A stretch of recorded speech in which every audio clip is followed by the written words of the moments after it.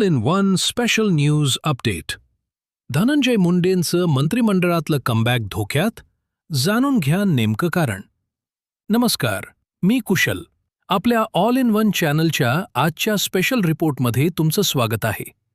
राज्याचे माजी मंत्री आणि राष्ट्रवादी काँग्रेसचे नेते धनंजय मुंडे यांनी काही दिवसांपूर्वी येणारा काळ आपला आहे, त्यासाठी फिट राहावं लागेल असं म्हणत मंत्रिमंडळातल्या कमबॅकचे संकेत दिले होते. मात्र गेल्या काही दिवसात घडलेल्या राजकीय घडामोडींमुळे आणि वाढत्या वादांमुळे त्यांचं हे पुनरागमन आता धोक्यात आल्याची चर्चा राजकीय वर्तुळात रंगली आहे. धनंजय मुंडेंच्या कमबॅकसमोर उभे ठाकलेले प्रमुख अडथळे, पत्रकार रोखल्याचा वाद आणि विरोधकांची टीका. बीडमध्ये सुनेत्रा पवारांसमोर एका पत्रकाराला कायदा सुव्यवस्थेवर प्रश्न विचारत असताना धनंजय मुंडेंनी थांबवले होते. काँग्रेसने या घटनेचा व्हिडिओ सोशल मीडियावर शेअर करत मुंडेंना हुकुमशहा म्हटले, ज्यामुळे या वादाला तोंड फुटले. पक्षांतर्गत नाराजी.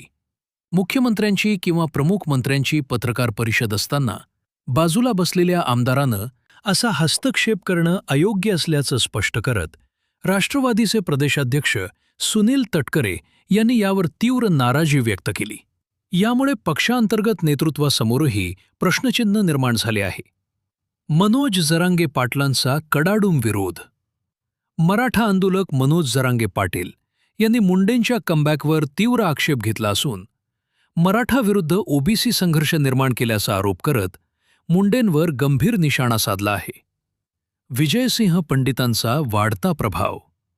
बीड जिल्ह्यात गेवराईचे आमदार विजयसिंह पंडित यांच्या वाढत्या सक्रियतेमुळे आणि राजकीय प्रभावामुळे मुंडेंच्या वर्चस्वाला पर्याय उभा राहत असल्याच्या चर्चांना उधाण आले आहे.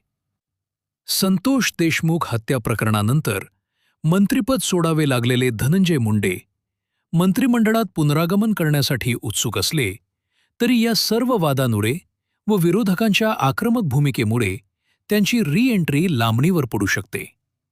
या संपूर्ण राजकीय घडामोडींवर आणि धनंजय मुंडेंच्या कमबॅकवर तुम्हाला काय वाटते, याबद्दलच्या तुमच्या प्रतिक्रिया आम्हाला कमेंट करून नक्की सांगा. आणि अशाच नवनवीन माहितीपूर्ण व्हिडिओसाठी ऑल इन वन या आपल्या चॅनलला लाईक, शेअर आणि सबस्क्राईब करायला विसरू नका.